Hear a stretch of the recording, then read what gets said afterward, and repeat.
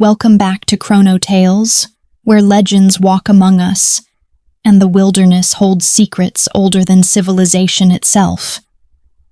I'm your host, and tonight we venture into the Olympic National Forest of Washington State, where something ancient still roams the shadows between the trees. This is the terrifying tale of Bigfoot's territory.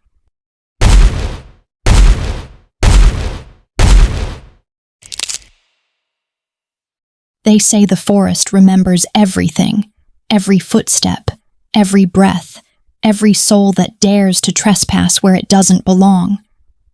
And in the deepest, darkest corners of America's wilderness, something is watching. Something is waiting. Something that doesn't want to be found. Dr. Sarah Chen had spent 15 years studying cryptozoology, chasing legends that mainstream science dismissed as folklore.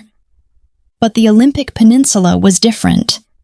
The reports here weren't just sightings, they were encounters, and they all shared disturbing similarities.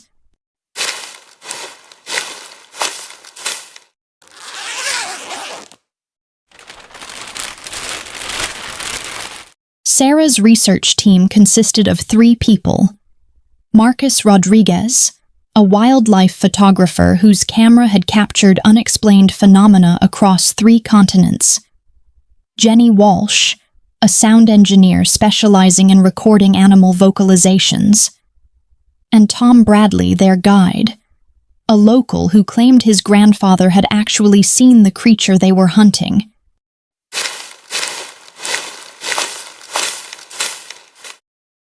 My grandfather used to warn me about this part of the forest, said there were places where even the Quinault tribe wouldn't go, places that belonged to the Stick Indians. Stick Indians? That's what they called them. Tall, hairy beings that lived in the deep woods. They weren't considered evil, exactly, but they weren't friendly to humans either. Territorial. Got some interesting tracks here. It's definitely not bear, definitely not human. The depth suggests something weighing at least 600 pounds. The tracks were massive, nearly 18 inches long with clearly defined toe impressions. But what unnerved the team was their placement. The creature had been following the exact trail they were now hiking, matching their pace step for step.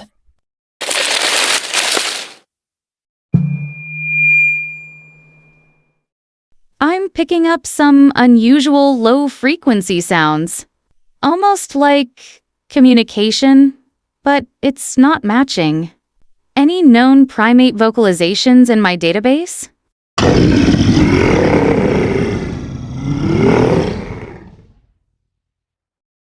The calls seemed to come from multiple directions, as if the team was being surrounded by unseen watchers.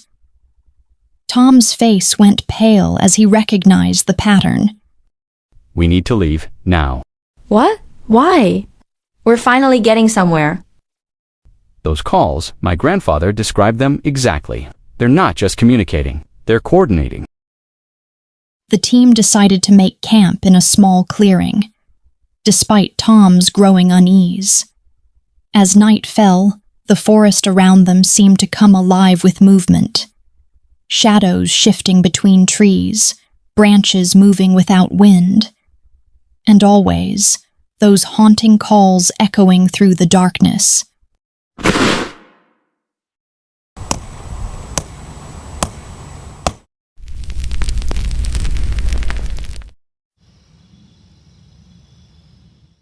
At 11:47 p.m., Jenny's recording equipment picked up something that made her blood run cold. The low-frequency calls they'd been hearing all day were now coming from directly outside their camp, and they were answering each other in what could only be described as language. Sarah, you need to hear this. These aren't random vocalizations. There's syntax here, patterns. It's rudimentary,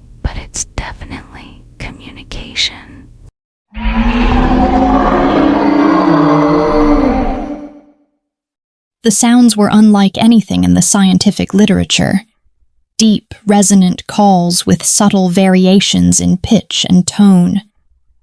But what terrified Jenny was the content she could detect in her analysis software.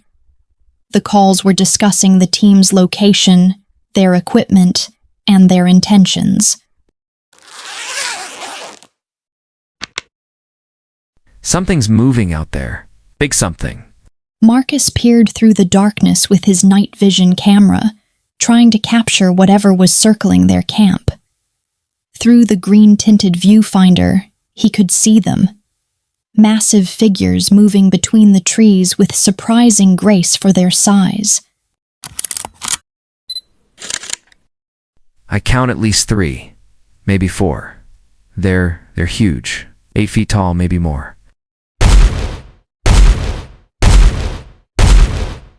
The creatures were studying them, learning about them, trying to understand what these strange intruders wanted in their territory. And then, without warning, one of them stepped into the firelight.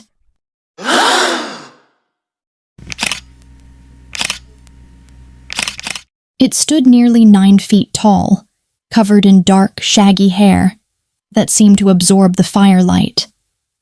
Its face was almost human, but primitive, with intelligent eyes that reflected the flames like a wild animal's. But those eyes held something that chilled the team to their core. Recognition.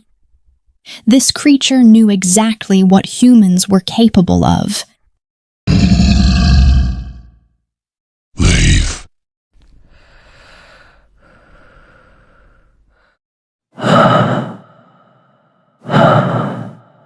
The word was spoken clearly, if roughly, in perfect English. The creature's vocal cords weren't designed for human speech, but it had learned enough to communicate a simple message. You can talk? This place, mine. You go now. 3 more creatures stepped into the firelight, forming a semicircle around the camp. They were a family, a large male, a smaller female, and what appeared to be a juvenile. They weren't monsters. They were people, of a sort, defending their home. We're sorry we didn't know. We'll leave. No. Now. Tell others. This place. Forbidden. The team packed up their equipment in stunned silence and hiked out of the forest by moonlight. Tom led them along trails he'd known since childhood, paths that would take them far from the creature's territory.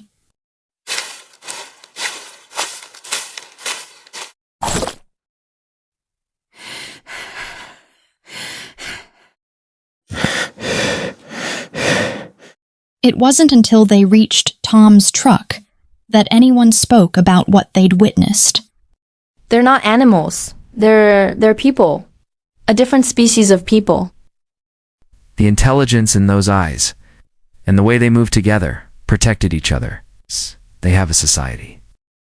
The vocalizations make sense now. It wasn't just communication, it was language. They have their own language.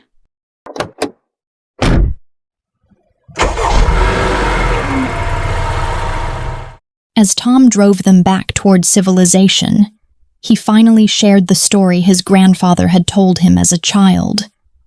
The real story that the Quino elders had passed down for generations. My grandfather said they were here first. Before the tribes, before anyone. They were the original people of this land. And when other humans came, they retreated deeper into the wilderness rather than fight. He said they made a pact with the tribes. They would stay hidden in the deep places, and the tribes would make sure no one disturbed them. That's why certain areas were always off limits. That's why the elders warned us about the stick Indians. But what about all the aggressive encounters people report? The attacks?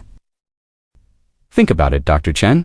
What would you do if someone kept invading your home, destroying your land, bringing machines and noise and pollution into the last safe place you had. The team drove in contemplative silence, each processing the magnitude of their discovery. They had set out to prove the existence of Bigfoot, and had instead encountered an endangered people struggling to survive in an ever-shrinking wilderness. 3 weeks later, Sarah sat in her university office, staring at the clear photographs Marcus had taken, and the crystal-clear audio recordings Jenny had captured. The evidence was undeniable. They had documented the existence of a living, intelligent species previously unknown to science.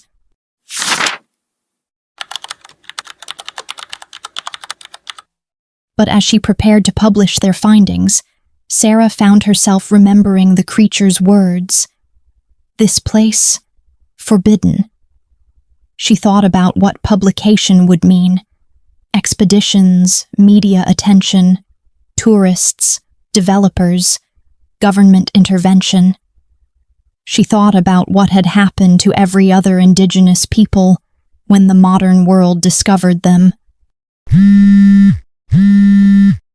Sarah, I've been thinking about this for weeks. If we publish, we're not just revealing a new species. We're destroying their last sanctuary. I know. I've been having the same thoughts. The recordings I made, they included what sounded like children playing. They have families, Sarah. Children who deserve to grow up in peace.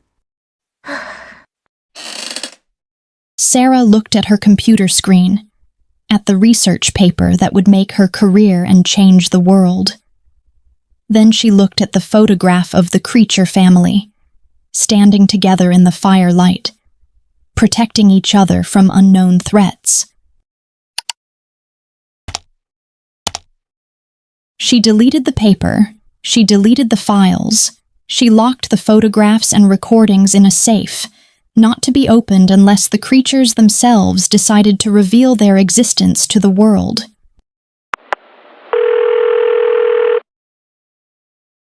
Tom, it's Sarah. I need you to take me back to that clearing. I have something to give back.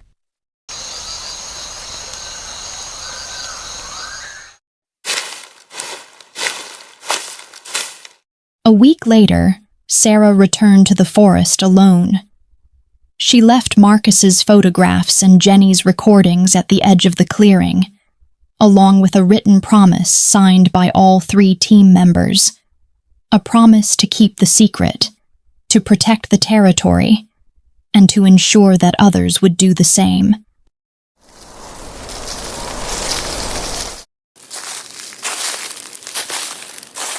As she walked away, Sarah heard the low, familiar calls echoing through the trees.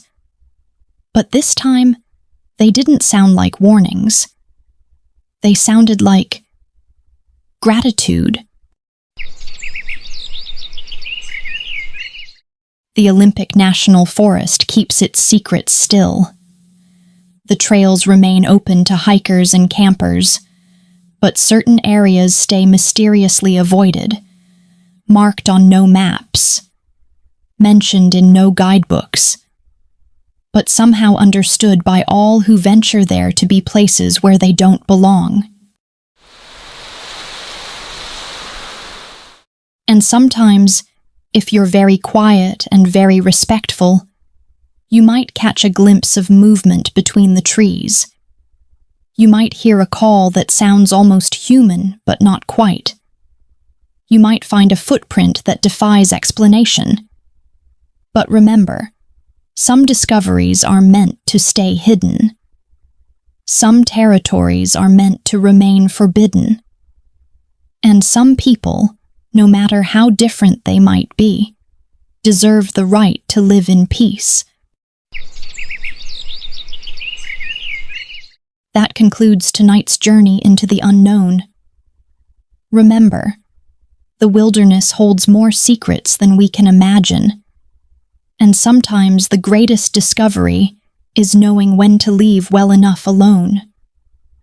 Until next time, tread carefully in the deep woods. You never know who might be watching from the shadows, hoping you'll choose to respect their home.